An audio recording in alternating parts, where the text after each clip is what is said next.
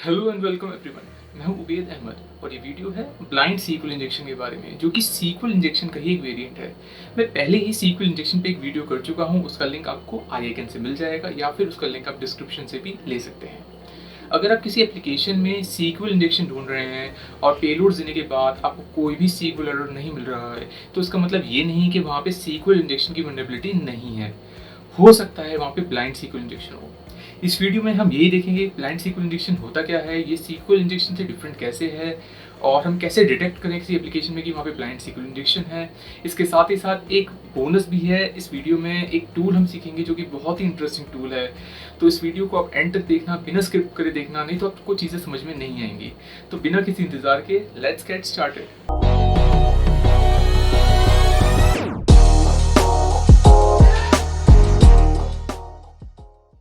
जब developers sequel injection की vulnerability को फिक्स करने के लिए एक्चुअल में वहाँ पे कस्टम मैसेजेस शो करना शुरू कर देते हैं, तो वहाँ पे ब्लाइंड सीक्वल इंजेक्शन हो जाता है।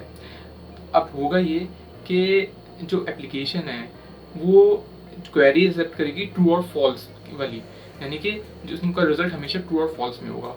और on the basis of result के उसका अगर रिजल्ट ट्रू है तो एक अलग मैसेज आएगा, और अगर उसका कोई एरर है या फिर उसका रिजल्ट फॉल्स है तो एक अलग मैसेज आएगा। अब इन डिफरेंट मैसेज की मदद से मैं डेटाबेस में क्या वैल्यूज़ हैं वो उसको फैच कर सकता हूँ। ये कुछ वैसा ही है जैसा कि हमने यूज़र एनुमरेशन में देखा था कि डिफरेंट मैसेजेस आते हैं और उसके बेसिस पे मैं यूज़र्स को एनुमरेट कर लेता हूँ। यूज़र एनुमरेशन वाली वीडियो का लिंक भी आपको आई आइकन में मिल जाएगा और डिस्क्रिप्शन में से भी आप उसका लिंक ले सकते हैं। ब्लाइंड सीक्वल इंजेक्शन को डिटेक्ट करने के हमारे पास दो तरीके होते हैं, एक होता है कंटेंट बेस्ड और दूसरा होता है टाइम बेस्ड। डिटेल में जानने के लिए चलते हैं हम अपनी DBWA एप्लीकेशन। DBWA एप्लीकेशन में लॉगिन करने के बाद सबसे पहले तो आप ये चेक कर लें कि इसकी सिक्योरिटी लेवल क्या है। देन उसके बाद आप ये देखें सीक्वल इंजेक्शन ब्लाइंड करके एक सेक्शन है, यहाँ पे आपको जाना है। यहाँ यूज़र आईडी का फील्ड है जहाँ पे आपको यूज़र आईडी प्रोवाइड करनी है। चलिए हम 1 प्रोवाइड करते हैं। तो अभी हमें मैसेज आया user ID exist in the database. तो मैंने आपको बताया था कि जब ब्लाइंड इंजेक्शन होता है, ब्लाइंड सीक्वल इंजेक्शन होता है, तो वहाँ पे जो मेरी क्वेरी होती है उसका रिस्पॉन्स या तो ट्रू में होता है और फॉल्स या तो फॉल्स में होता है, और उसी की बेसिस पे मुझे एप्लीकेशन मैसेज डिस्प्ले करती है। तो अभी ये जो मैसेज आया है ये ट्रू वाले केस के लिए आया है। अब हम देखते हैं फॉल्स वाले केसेस के लिए क्या मैसेज आते हैं। तो एक बड़ी वैल्यू देते हैं ताकि इसका जो रिस्पॉन्स है वो फॉल्स हो। तो हमारे पास मैसेज आया है user ID is missing from the database. ठीक है, अब हम जब नॉर्मल सीक्वल इंजेक्शन की बात करते हैं तो हमें अगर सीक्वल इंजेक्शन की वल्नरेबिलिटी को डिटेक्ट करना है तो हम यहाँ पे सिंगल कोटेशन मार्क देते हैं। वही चीज़ हम यहाँ पे करके देखते हैं। तो सिंगल कोटेशन मार्क यानी ऐसी कोई भी इनपुट देना, ऐसा कोई भी इनपुट देना जिससे एरर जनरेट हो, हमें सेम ही मैसेज आ रहा है जो कि फॉल्स वाले केस में आ रहा है। अब हमें ये चीज़ डिटेक्ट करनी है कि यहाँ पे क्या सीक्वल इंजेक्शन की वल्नरेबिलिटी है, यानी कि ब्लाइंड सीक्वल इंजेक्शन की वल्नरेबिलिटी है। उसके लिए हम क्या करेंगे,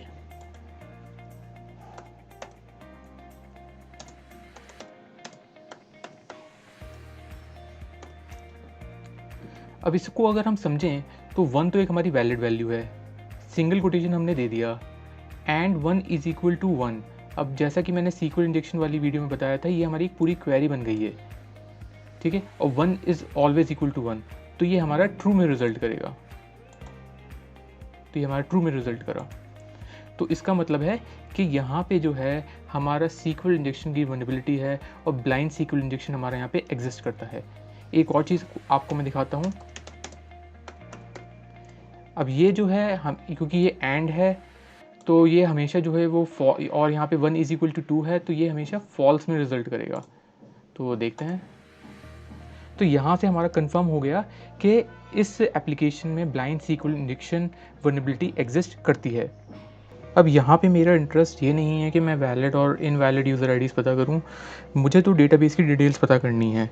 तो इसके लिए मैं एक और पेलोड यहाँ पे पास करूँगा, जिससे कि मैं ये पता करूँगा कि इसमें कितने कॉलम्स हैं इस क्वेरी में। तो वो मेरा पेलोड होगा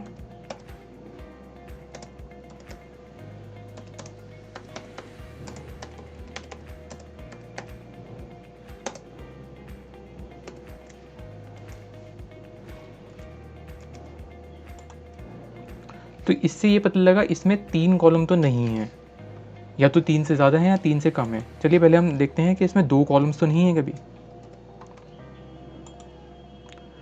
तो ये हमारा ट्रू वाला रिजल्ट आया, मतलब कि इस जो क्वेरी यहाँ पे यूज़ हो रही है उसमें 2 कॉलम्स हैं। अब हमें पता करना है कि डेटाबेस का नाम क्या है। तो ये एप्लीकेशन डायरेक्टली हमें डेटाबेस का नाम तो बताएगी नहीं, तो इसके लिए हम पता करेंगे डेटाबेस के नाम में कितने कैरेक्टर्स हैं।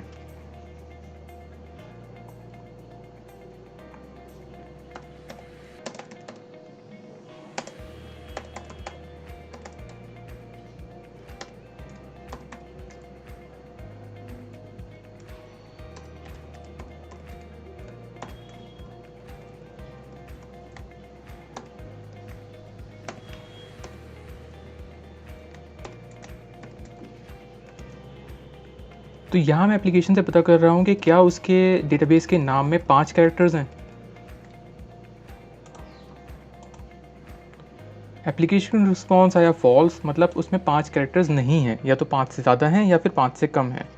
तो चलिए हम ट्राई करते हैं कि क्या 4 कैरेक्टर्स हैं। तो यहाँ से हमें पता लग गया कि एप्लीकेशन के नाम में 4 कैरेक्टर्स हैं।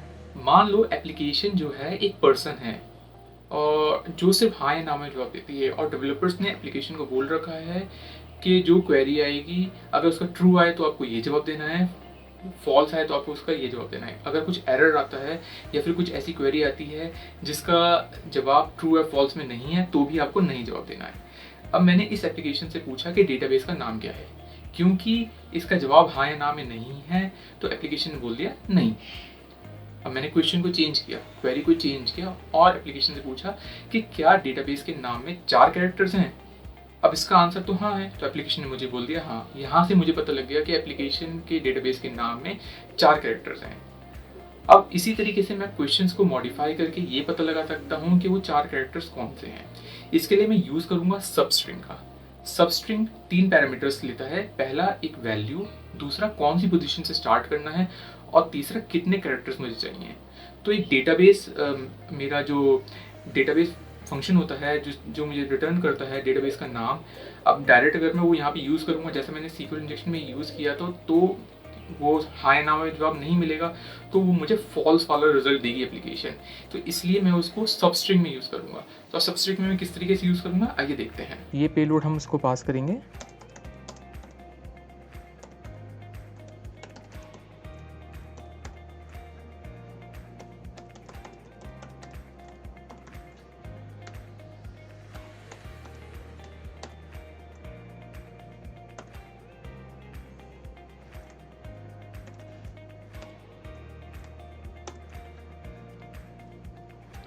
तो यहाँ पे मैं ये बोल रहा हूँ कि भाई जो तुम्हारा ये डेटाबेस है इसमें से वैल्यू उठानी है, पहला कैरेक्टर पहली पोजीशन से पहला कैरेक्टर उठाना है, वो मैच करना है क्या वो डी है। तो देखते हैं इसका रिस्पॉन्स क्या आता है। इसका रिस्पॉन्स भी ट्रू आया, मतलब डेटाबेस का जो नाम है वो डी से स्टार्ट होता है।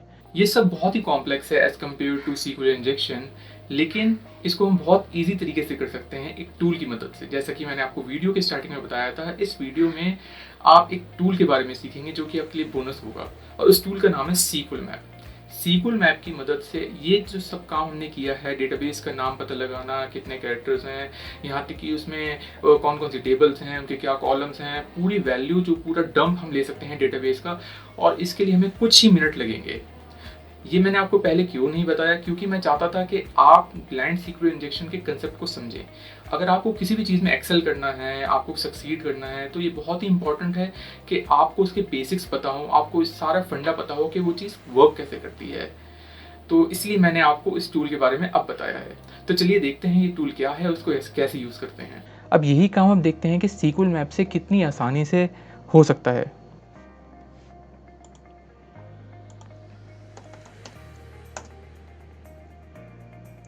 ये करने के लिए आपको बर्ब सूट की भी ज़रूरत पड़ेगी। बर्ब सूट अगर आप नहीं जानते हो तो उसकी वीडियो भी मैं बना चुका हूँ, उसका लिंक भी आपको आई आइकन से मिल जाएगा और डिस्क्रिप्शन से भी उसका लिंक आप ले सकते हैं। अब यहाँ पे सिंपली 1 डालिए और उसको सबमिट कर दीजिए। ये जो क्वेरी आई है यहाँ पे, आपको यहाँ पे राइट क्लिक करना है और करना है कॉपी URL। फिर जाना है आपको काली लिनक्स में। काली लिनक्स एक वीएम है, आप उसको डाउनलोड कर सकते हैं। यहाँ पे आपको प्री इंस्टॉल्ड सीक्वल मैप मिल जाएगा।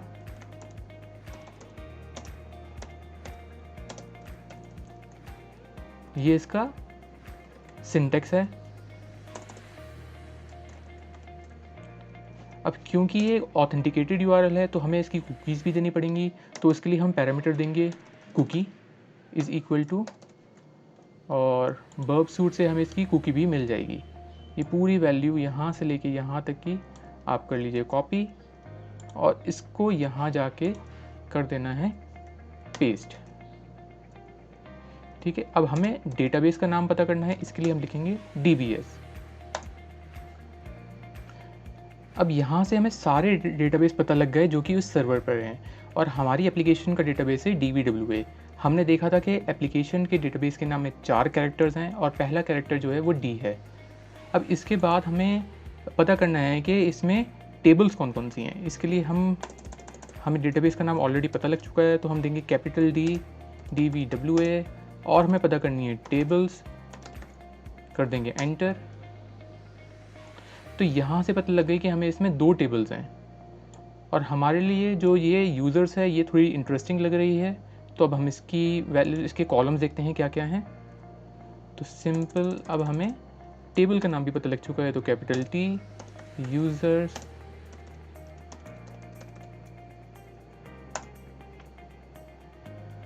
यहाँ से हमें पता लगा एप्लीकेशन के कॉलम्स कौन कौन से हैं। अब हमें पूरे डेटाबेस का डंप लेना है, यानी डेटाबेस में क्या क्या वैल्यू है, इस टेबल में क्या क्या वैल्यूज़ हैं, वो हमें सब पता करनी है। तो उसके लिए हम ये सब हटा देंगे और सिंपल यहाँ पे हम दे देंगे